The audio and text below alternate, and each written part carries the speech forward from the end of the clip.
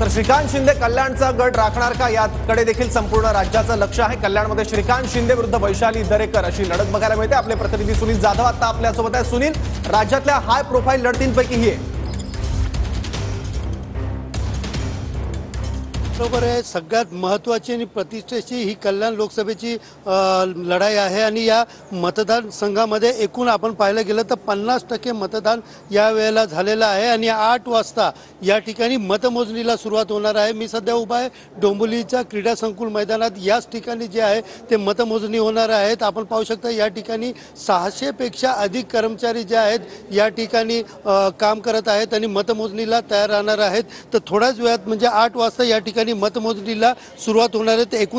एकंदरीत पाहायला गेलं तर 6 विधानसभेसाठी या ठिकाणी 14 संघातील वेगवेगळ्या पद्धतीने 84 टेबल या ठिकाणी मतमोजणीचे लावण्यात आले असून 29 फेऱ्या ज्या आहेत ते या ठिकाणी होणार आहेत।